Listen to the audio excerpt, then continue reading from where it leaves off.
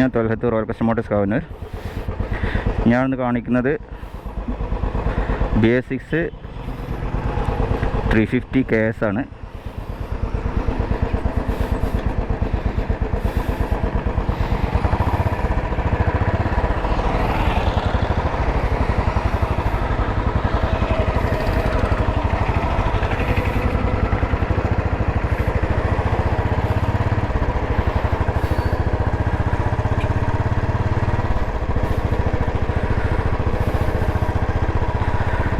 Basics എടുക്കുന്ന സമയത്ത് പ്രത്യേകം പറയാറുണ്ട്, നല്ല ശ്രദ്ധിക്കേണ്ട കാര്യങ്ങളൊന്നും MIL ലൈറ്റാണ്. അപ്പോൾ നിങ്ങൾ കാണുന്നുണ്ട് MIL ലൈറ്റ് തെളിഞ്ഞുകൊണ്ട് നിൽക്കുകയാണ്.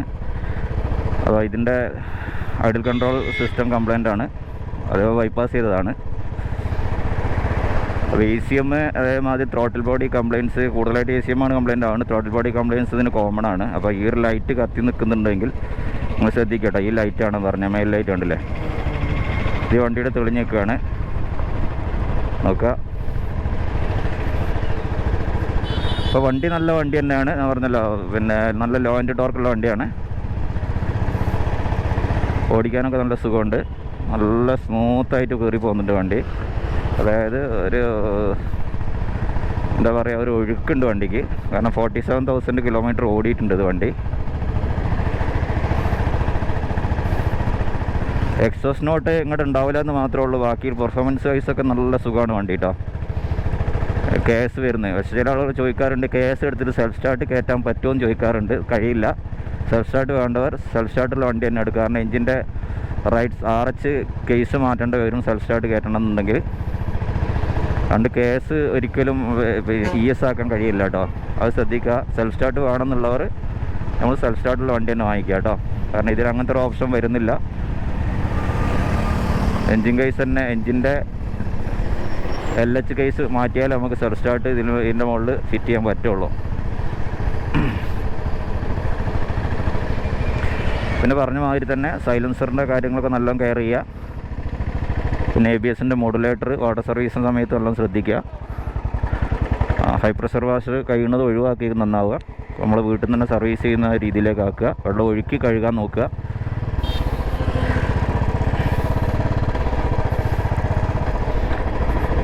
സൈലൻസർ മാറ്റാൻ പറ്റില്ല എന്ന ഒരു വലിയൊരു പോരായ്മയാണ് ഇപ്പോൾ ഉള്ളത്. അത് നിയമം അനുവദിക്കാത്തത് കൊണ്ട്. അല്ലെങ്കിൽ ഈ ഒരു വണ്ടികളൊക്കെ നല്ല രീതിയിൽ നമുക്ക് ഉപയോഗിക്കാൻ പറ്റിയൊരു വണ്ടിയാണ് കേട്ടോ. അത് വലിയ ടെൻഷൻ ഫ്രീ ടെൻഷനൊന്നുമില്ല. അതായത് അങ്ങനെയല്ല പറയുന്നത്, CNG മാതിരിയുള്ള ചില CNG ഉപയോഗിച്ച് നല്ല പരിചയമുള്ളവർക്ക് മാത്രമല്ല ഇതിന് വൃത്തിയായിട്ട് കൊണ്ടുനടക്കാൻ പറ്റുള്ളൂ. അതിന് ഒരു പ്രത്യേക കെയറിങ്ങൊക്കെ ആവശ്യമുണ്ട് CNG. സ്റ്റാർട്ടിങ്ങിൻ്റെ ഒരു കലയാണ് അത് കൊണ്ടുനടക്കുക എന്നുള്ളത് കേട്ടോ. CNG കൊണ്ടുനടക്കുന്ന ഒരു കലയാണ്. ആ രീതിയിൽ ഇങ്ങനെ കൊണ്ടുനടക്കണം, അതിന് മനസ്സിലാക്കി കൊണ്ടുനടക്കണം. പിന്നെ അതേ ഒരു പെർഫോമൻസ് ഈ ഒരു വണ്ടി തരുന്നുള്ളതാണ് വാസ്തവം. ഇപ്പോൾ ചില CNG G2 എഞ്ചിനും അതേമാതിരി 2005-50 വന്ന വണ്ടിയും അല്ലാത്ത വണ്ടികളെക്കാളൊക്കെ കൂടുതൽ പെർഫോമൻസ്, അതായത് ലോ ആൻഡ് ടോർക്ക് നമ്മളെ ഈ ഒരു CNG കിട്ടുന്നുണ്ട്.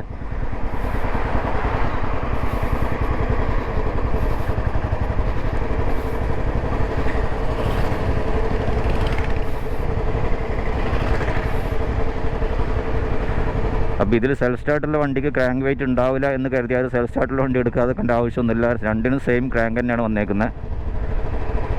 അപ്പോൾ സെയിം പെർഫോമൻസാണ് വണ്ടിക്ക് വരുന്നത്, BS6 വരുന്നത്. പിന്നെ ഈ രണ്ട് കാര്യം നമ്മൾ ത്രോട്ടിൽ ബോഡി ECM കംപ്ലയിൻസ് കൂടുതലായിട്ടുള്ളത് കൊണ്ട് തന്നെ, അത് കംപ്ലയിൻസ് അശ്രദ്ധ കൊണ്ട് വാട്ടർ സർവീസിൻ്റെ പ്രശ്നം കൊണ്ടൊക്കെയാണ് കൂടുതലായി വരുന്നുണ്ടെങ്കിലും കൂടെ അതിന് ചെറിയൊരു ക്വാളിറ്റി ഇഷ്യൂസും ഇല്ല എന്ന് പറയാനൊന്നും പറ്റില്ല, അതുണ്ട്. കാരണം അതിൻ്റെ ഒരു ECM ശരിക്കും ഒരു ബ്രാൻഡഡ് ആയിട്ടുള്ള ECM അല്ല റോയൽ എൻഫീൽഡ് കൊടുത്ത് എന്നുള്ളത് എനിക്ക് പറയാനുള്ളത്. അപ്പോൾ അത് ECM അങ്ങനെ കംപ്ലയിൻ്റ് ആവുക എന്ന് പറയുമ്പോൾ വലിയൊരു മൈനസ് തന്നെയാണ്, അത് പറയാതിരിക്കാൻ വയ്യ. എങ്കിലും ഈ ഒരു MIL ലൈറ്റ് തെളിഞ്ഞ് നിൽക്കില്ല എന്നുള്ള ഉറപ്പാക്കിയതിന് ശേഷം മാത്രം BS6 വണ്ടി എടുക്കുക കേട്ടോ. നമുക്കിത് ബൈപ്പാസ് ചെയ്ത് ഓടാനൊക്കെ പറ്റും, കുഴപ്പമൊന്നുമില്ല. പക്ഷേ വേറൊരു കംപ്ലയിൻസ് വരുമ്പോൾ നമുക്കത് ഐഡൻറ്റിഫൈ ചെയ്യാൻ കഴിയില്ല. ആകെ ഒരു കത്താനുള്ള ലൈറ്റ് ഇതാണ്. നമ്മളിത് കത്തിക്കൊണ്ട് ഓടിക്കഴിഞ്ഞാൽ അടുത്ത എന്തെങ്കിലും കംപ്ലയിൻസ് വന്നു കഴിഞ്ഞാൽ നമുക്കൊരു ഇൻഫർമേഷൻ ഡ്രൈവറിനൊരു ഇൻഫർമേഷൻ കിട്ടില്ല. ഇത് ഓൾറെഡി ഇതുള്ളത് കൊണ്ട് അതാണെന്നുള്ളൊരു വിഷയം. ഇപ്പോൾ സ്കാൻ ചെയ്ത് അത് പോകുന്നില്ല.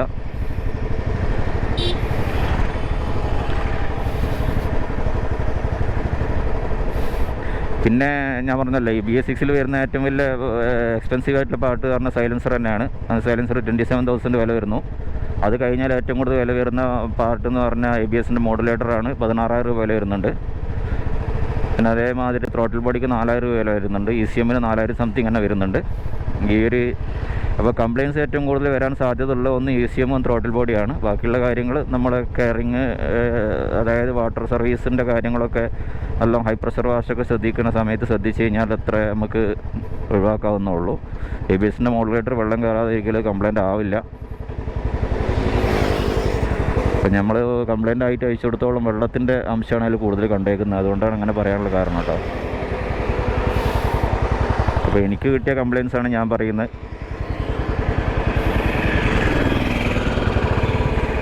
നമുക്ക് ഇതിൻ്റെ ഒരു ലോ എൻഡ് ടോർക്ക് ഞാൻ കാണിച്ചു തരാം കേട്ടോ. അതും കൂടെ ഒന്ന് കണ്ട് നിങ്ങളൊന്ന് നോക്കിക്കോളെ.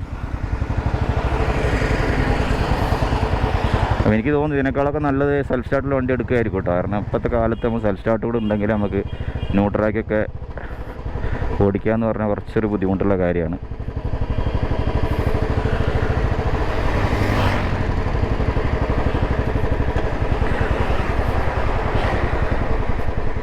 ലോ ആൻഡ് ഡോർക്ക് നോക്കാം കേട്ടോ.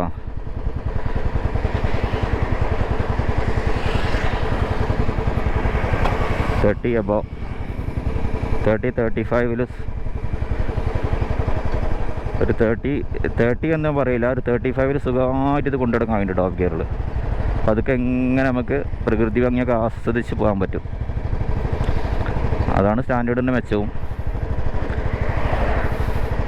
അപ്പോൾ നിങ്ങൾ ക്രാങ്ക് വെയിറ്റ് ഇല്ല എന്ന് കരുതി ഒരിക്കലും സ്റ്റാൻഡേർഡിൻ്റെ വണ്ടിയുടെ BS6ൻ്റെ സെൽഫ് സ്റ്റാർട്ട് വണ്ടി എടുക്കാതെ കണ്ട് ക്രാങ്ക് വെയിറ്റിൻ്റെ സെയിം പെർഫോമൻസ് ആണ്. പക്ഷേ സെൽഫിൻ്റെ ഒരു അഡ്വാൻറ്റേജും കൂടെ നമുക്കുള്ളതുകൊണ്ട് കൂടുതലായിട്ട് ഇന്നത്തെ ഒരു കാലത്തിൻ്റെ അനുസരിച്ചുള്ള ഒരു യൂസേഴ്സ് ഫ്രണ്ട്ലി ആയിരിക്കും എന്നാണ് എനിക്ക് പറയാനുള്ളത്. വേറെ പ്രത്യേകിച്ച് ഈ ഒരു കാറ്റഗറിയിൽ പറയാനൊന്നുമില്ല. BS6 KS വണ്ടി ഇതാണ്. നല്ല പെർഫോമൻസ് ആണ് വണ്ടി. നല്ല സുഖമുള്ള യാത്ര ചെയ്യാനുള്ള സുഖമുണ്ട്. എക്സോസ്റ്റ് നോട്ട് മാത്രം കുറച്ച് കുറവാന്നുള്ള ഒരു കുറവ് മാത്രമേ ഉള്ളൂ. എന്നാലും അതിൻ്റേതായ ഒരു മെച്ചം അതിനുണ്ട്. അപ്പോൾ അടുത്തൊരു വീഡിയോ കൂടെ കാണാം. Thanks for watching.